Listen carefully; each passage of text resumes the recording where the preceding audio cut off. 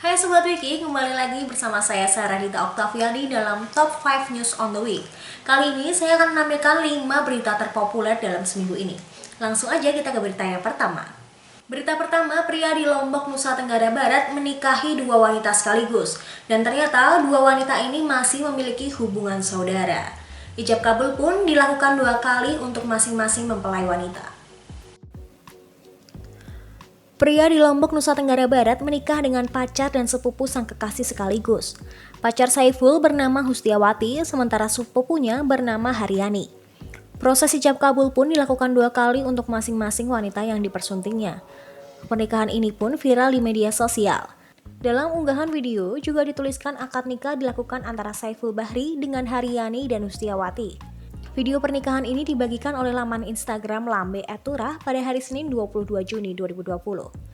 Terlihat dalam video itu, Saiful mengucapkan ijab kabul 2 kali untuk masing-masing wanita yang dipersuntingnya. Tampak ketiga mempelai duduk berjajar dengan mempelai pria berada di posisi tengah, serta kedua mempelai wanita di sisi kanan dan sisi kiri. Para tamu undangan termasuk mempelai pengantin menggunakan masker karena mengikuti protokol kesehatan saat menggelar pernikahan di tengah pandemi corona. Saiful mengaku tidak pernah berencana untuk menikahi 2 orang sekaligus, akan tetapi dia mengakui jika menyukai 2 wanita tersebut. Ia juga tidak tahu alasan kedua istrinya mau menikah dengannya. Yang ia tahu, mereka berdua mengaku ikhlas di madu dan membangun bahtera rumah tangga bertiga. Baik, beranjak ke berita kedua, setelah berbulan-bulan meniadakan ibadah haji, pemerintah Arab Saudi kembali menggelar ibadah haji pada tahun 2020. Namun berbeda dengan tahun-tahun sebelumnya, peserta ibadah haji kali ini akan dibatasi. Setelah berbulan-bulan meniadakan ibadah haji, pemerintah Arab Saudi kini memutuskan tetap menggelarnya kembali. Akan tetapi, ibadah haji tahun ini berbeda dengan ibadah haji tahun sebelumnya. Menurut keterangan resmi Kedutaan Besar Republik Indonesia di Riyadh, pembatasan jumlah jamaah ini dikarenakan pandemi COVID-19 yang tengah terjadi di berbagai belahan dunia. Pelaksanaan ibadah haji dapat diikuti oleh ekspatriat yang telah bermukim di Arab Saudi dengan jumlah yang sangat terbatas. Pembatasan jumlah jamaah ini dilakukan untuk menjamin keamanan dan keselamatan para jamaah haji. Pemerintah Arab Saudi juga menerapkan seluruh langkah pencegahan penyebaran virus corona demi melindungi setiap orang dari resiko terjangkitnya COVID-19 ini. Dikutip dari Al Jazeera, ibadah haji ini akan dimulai pada akhir Juli 2020. Berita selanjutnya, ada blogger asal Rusia Anastasia Tripotso yang tewas karena kecelakaan lalu lintas ketika mengendarai sepeda motor di Bali pada Minggu 21 Juni 2020.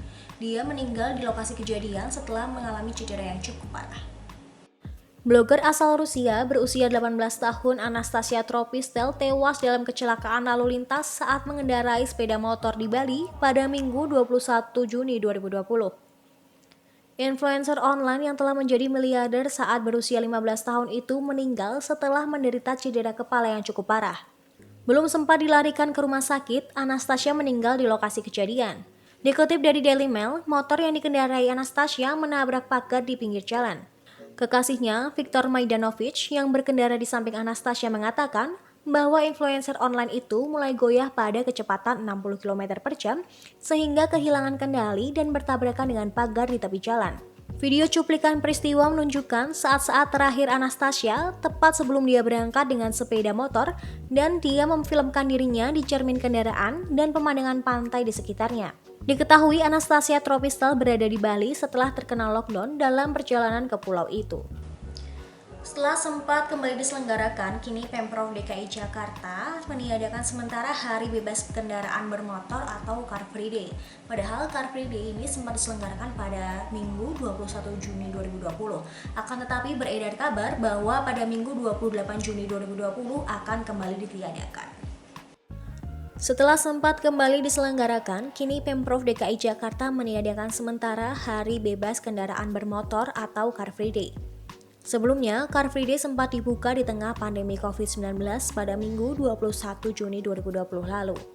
Akan tetapi, kembali beredar bahwa CFD akan ditiadakan pada Minggu 28 Juni 2020. Kasatpol PP DKI Jakarta Arifin pun membenarkan hal itu. Di samping itu, politisi PSI Justin Andrian Utayana meminta Pemprov DKI Jakarta menghentikan kembali pelaksanaan Car Free Day. Menurutnya, kegiatan ini mampu memicu penyebaran COVID-19. Justin meminta Gubernur DKI Jakarta Anies Baswedan untuk tidak gegabah dalam mengambil keputusan di masa transisi ini.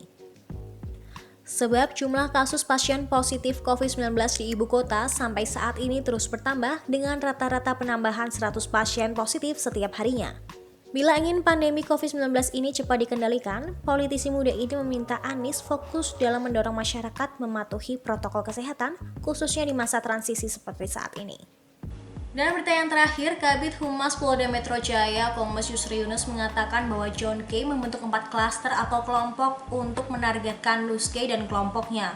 Hal tersebut dikatakan Yusri berdasarkan hasil pemeriksaan terhadap John K. dan 29 anggota kelompoknya hingga hari Selasa 23 Juni 2020. Kabid Humas Polda Metro Jaya, Kombes Yusri Yunus mengatakan John K. membentuk 4 klaster atau kelompok untuk menargetkan Nus K dan anggotanya.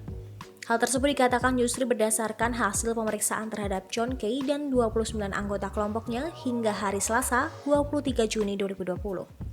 Yusri memaparkan klaster pertama ditugaskan untuk beraksi di Duri Kosambi, Cengkareng, Jakarta Barat. Lalu klaster kedua, sebanyak 25 orang ditugaskan untuk beraksi menyerang rumah Nus K di Green Lake City, Tangerang. Kemudian klaster ketiga adalah kelompok yang standby di rumah John K di Jalan Titian Utama 10. Dan yang keempat disebut dengan klaster mandiri karena berada di 3 tempat, yaitu Pondok Gede, di Bekasi, dan di Tangerang. Tujuan mereka adalah untuk mencari sasaran dan target untuk dibunuh, termasuk Nus K. Yusri menambahkan untuk klaster di Kosambi, kelompok John K ini membunuh YR, sementara 1 orang lainnya jari 4-nya putus. Sementara klaster di Green Lake City melakukan perusakan di rumah Nus K.